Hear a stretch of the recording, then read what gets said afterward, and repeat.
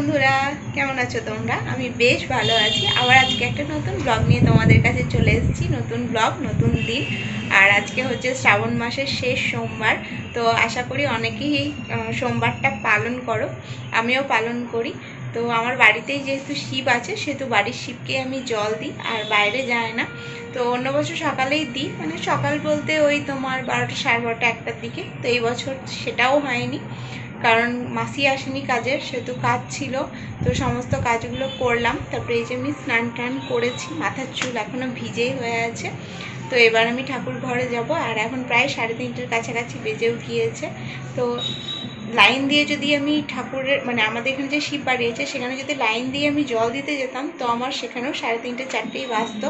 তো বাড়ির শিবকে মানুষ সকালে জল দেয়, কিন্তু সেটা আমার হয়নি বলে আমি এখন এই দুপুরবেলাতেই জল দেবো। আর চারিদিক যেহেতু মেঘলা মেঘলা হয়ে গেছে, সেহেতু বোঝা যায় না যে এখন দুপুর না বিকেল।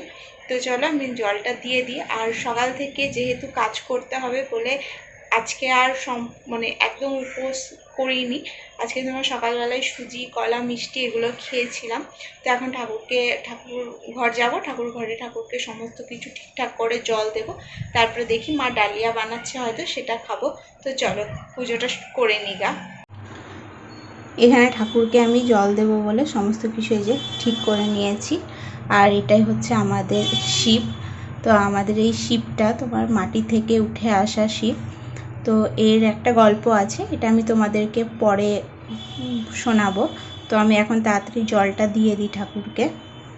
সেদিন আর মহাদেবের গল্পটা তোমাদের বলা হয়নি।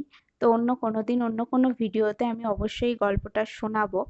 তো তার আগে বলে রাখি, এই যে মহাদেবকে দেখছো, এই মহাদেব স্বয়ং নিজেই আমাদের বাড়িতে এসছে। তো আমরা সত্যিই খুব ভাগ্যবান। মহাদেবের পুজোর জন্য যে সমস্ত সামগ্রী লেগে থাকে, সাধারণ বেলপাতা বলো, আকন্দ ফুল বলো, এগুলোও মহাদেব আমাদের বাড়িতে স্বয়ং দিয়েছে। কেউ বেল গাছ লাগায়নি, কেউ আকন্দ ফুলের গাছ লাগায়নি। তো এগুলো সমস্ত কিছু নিজে নিজে হয়েছে। তো আমরা সত্যি নিজেকে খুব ভাগ্যবান মনে করি। মহাদেব সবসময় আমাদেরকে আশীর্বাদ করছেন। তো সেদিন পুজো টুজো করি, আর মা রাত্রে ডালিয়া করেছিল, তো সেটাই খেয়েছিলাম।